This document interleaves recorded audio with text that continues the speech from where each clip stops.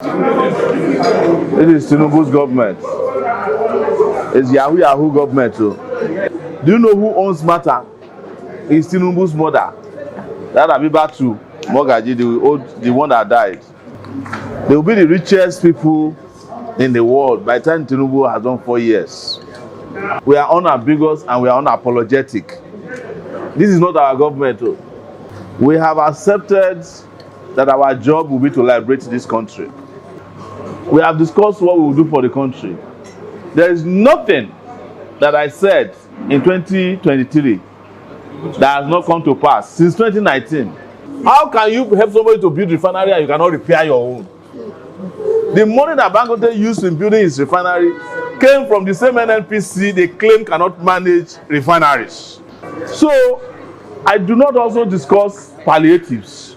Palliatives is an insult to the people. The number of trucks of fuel smuggled is nothing.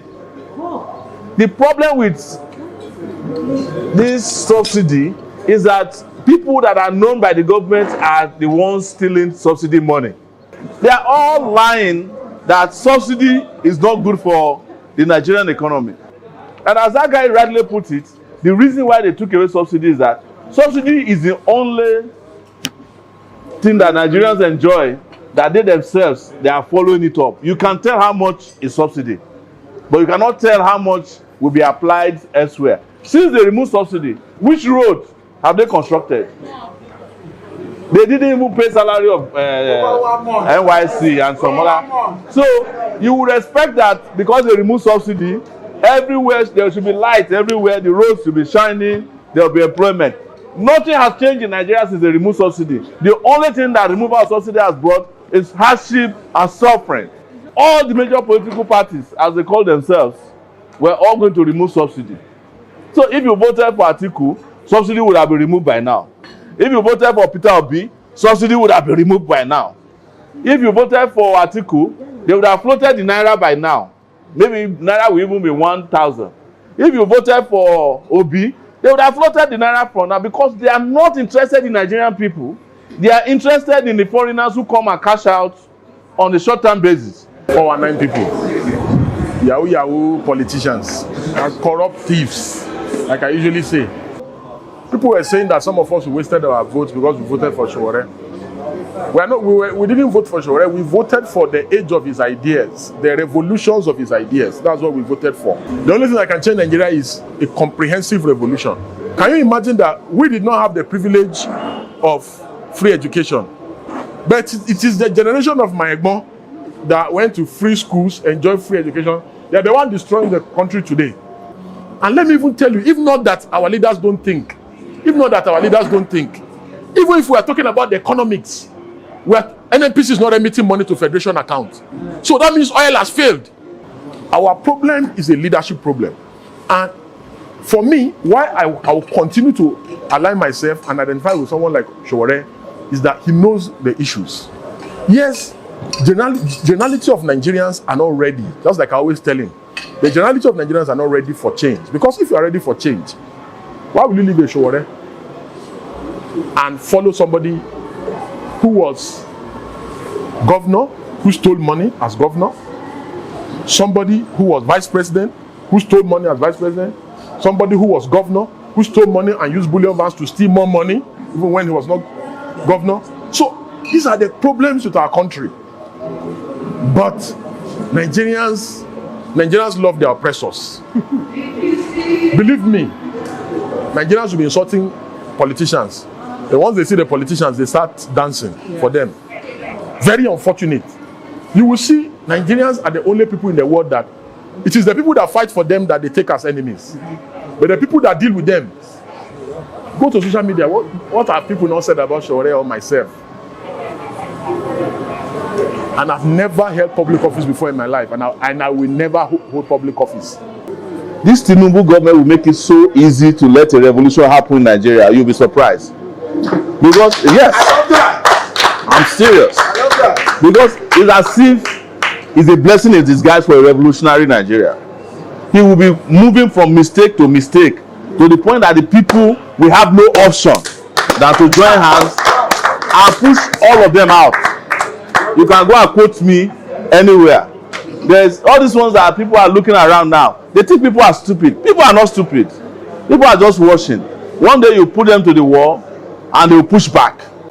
They are all lying that subsidy is not good for the Nigerian economy. Each time they remove subsidy, the Nigerian economy enters into a recession. Do you know why? 80% of Nigerian economic system is run by you and me, the informal sector. The moment there's a dislocation that destroys our ability to run our small businesses, millions of people lose jobs. There is something new about those who are importing fuel. They are importing substandard fuel into the country that is burnt faster than the normal fuel. That is what they want to do. And I'm sure, apart from the fact that it evaporates faster, it's also destroying your engine. So you're automatically going to enter into recession. I watched an interview by a former governor of Bauchi State, Isha Yuguda. I call him Isha Jaguda. He said it, that there is one person who was involved in subsidy scam. That the man came, I'm quoting him verbatim, and called the president and said, Mr. President, I'm tired of stealing. Remove subsidy.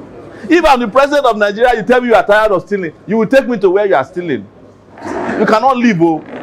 You are going to sleep in the police station that night. And the police must take you, the DS, everybody will take you to go and show where you are, how much you are stealing.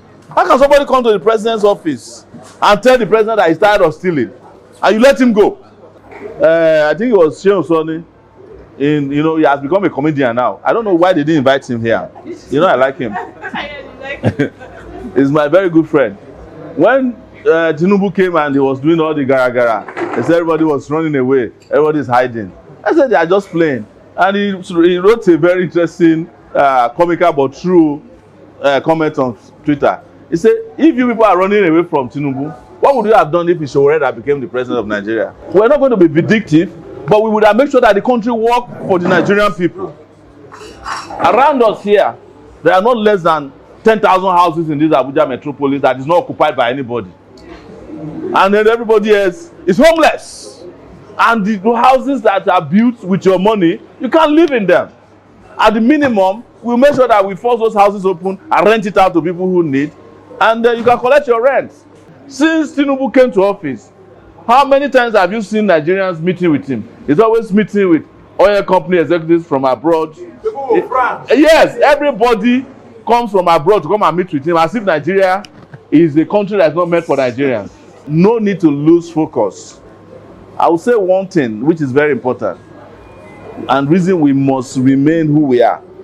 This Tinubu government will make it so easy to let a revolution happen in Nigeria. You'll be surprised. Because, yes, I'm serious. Because it's as if it's a blessing in disguise for a revolutionary Nigeria. He will be moving from mistake to mistake to the point that the people will have no option than to join hands and push all of them out. You can go and quote me and